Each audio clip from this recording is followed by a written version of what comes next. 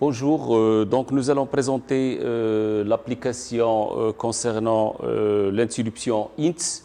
Et donc le matériel que nous allons utiliser est constitué d'une carte à base de microcontrôleur PIC16F887, d'un bootloader connecté avec l'ordinateur équipé des deux logiciels micro-C pour la compilation, le PIC2 pour la communication.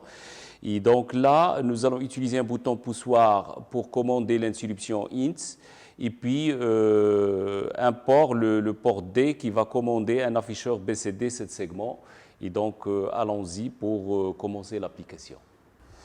Bonjour, nous allons commencer une nouvelle application qui va traiter les interruptions, en particulier l'interruption INT du microcontrôleur PIC16F887.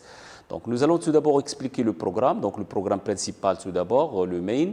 Donc ici, on va programmer les deux ports D et C en sortie. Ensuite, un seul H égale à 0 pour travailler avec le port B comme étant numérique et non analogique, puisqu'on va brancher l'interruption INT sur RB0.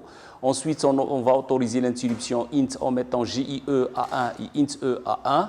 Et dans une boucle infinie, on va réaliser un compteur modulo 6 comme nous avons fait dans une application précédente.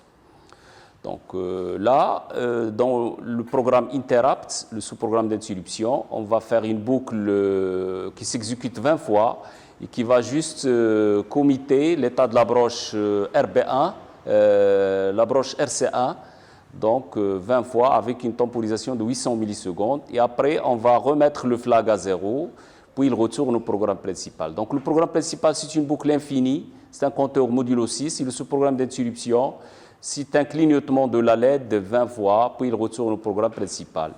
Donc tout d'abord, on va compiler le programme, donc pas d'erreur.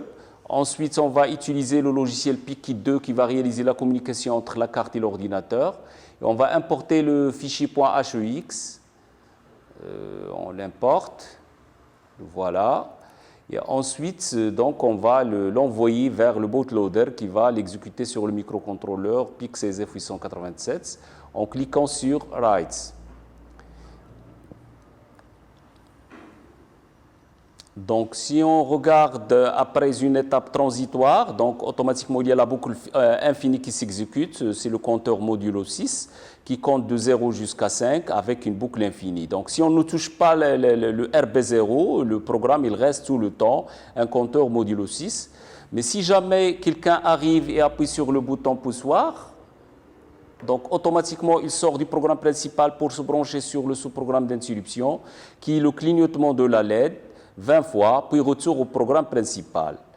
Et donc le programme principal, c'est une boucle infinie. Et donc à chaque fois qu'on appuie sur le bouton poussoir, automatiquement il sort pour aller exécuter le sous-programme d'interruption.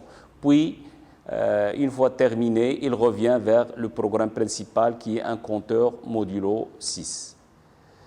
Merci et à la prochaine application.